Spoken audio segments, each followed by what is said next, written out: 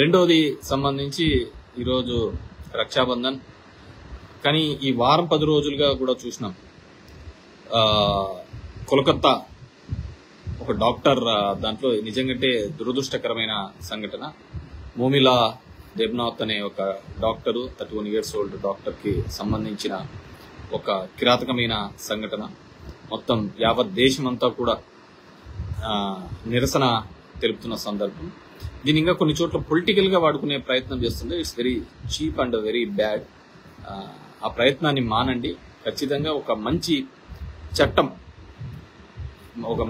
చట్టం తీసుకొని వచ్చే విధంగా, అలాంటి పనులు చేసిన వారికి ఖచ్చితమైన ఒక కఠినమైన శిక్షను ఉండే విధంగా. ఎందుకంటే ఇప్పుడు మనం చాలా దేశాలు చూస్తున్నాయి, చాలా వెనుకబడిన దేశాలు లాంటి దాంట్లో కూడా, వెనుకబడిన దేశాల్లో కూడా ఇలాంటివి చేస్తే ఒక భయాన్ని క్రియేట్ చేసే విధంగా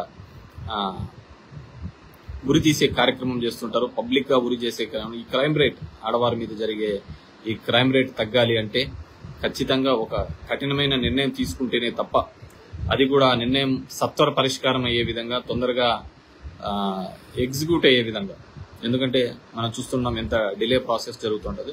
సరే, న్యాయస్థానాలకు వారికి ఉన్న ఒత్తిడి వారికి ఉండొచ్చు ఉన్న కేసెస్లలో, కానీ ఇలాంటి దానిలకు సపరేట్ కోర్ట్స్ అన్న పెట్టించేసన్నా స్పీడ్గా తీర్పులు వచ్చే విధంగా ఉంటే చాలా బాగుంటుందని అనుకుంటున్నాను. ఎందుకంటే దానికి మన దేశంలో ఫోరెన్సిక్స్లో కానీ, దీనిలో కానీ, ఎవిడెన్స్ కలెక్ట్ చేయడంలో కానీ, ఇంకా ఇన్వెస్టిగేషన్లో చాలా లోపాలు ఉన్న మాట వాస్తవం మనం అనుకున్నాం. అందుకే చాలా ఈ క్రైమ్స్ జరిగిన వాళ్ళలో చాలా మంది తప్పించుకునే అవకాశం దీని కారణాల వల్లనే చాలా ఉంటారు. సో వాటినన్నింటినీ కూడా ఒక మంచి చట్టాలు తీసుకొని రావడం వల్ల, మనం చూసిన కొత్తగా చట్టాలు మార్చినారు కానీ నెంబర్ లోటే మార్చినారు, 302 ఇట్లా ఈ విధంగా చట్టాలు మార్చినారు తప్ప ఈ పాత చట్టాలే దాని మీద.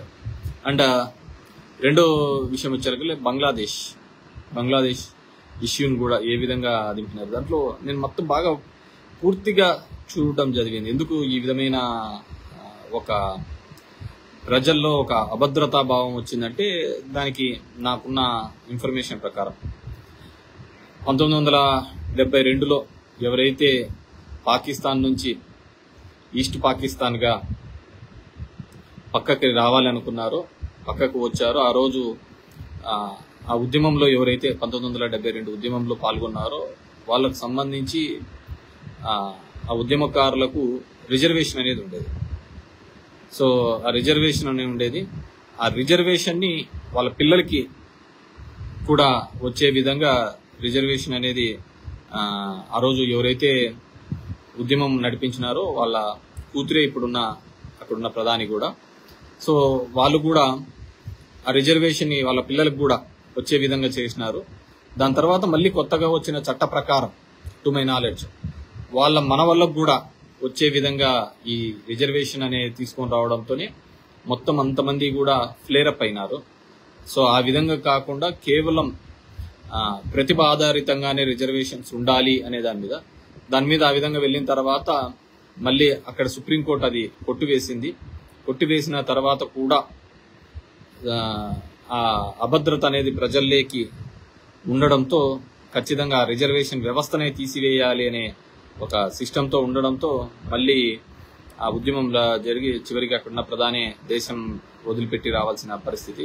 సరే, దాని వెనకాల అమెరికా, అదేవిధంగా మిగతా దేశాలు కూడా కుట్ర దాగి ఉంది అనేది కూడా అంటున్న విషయం. So what ever maybe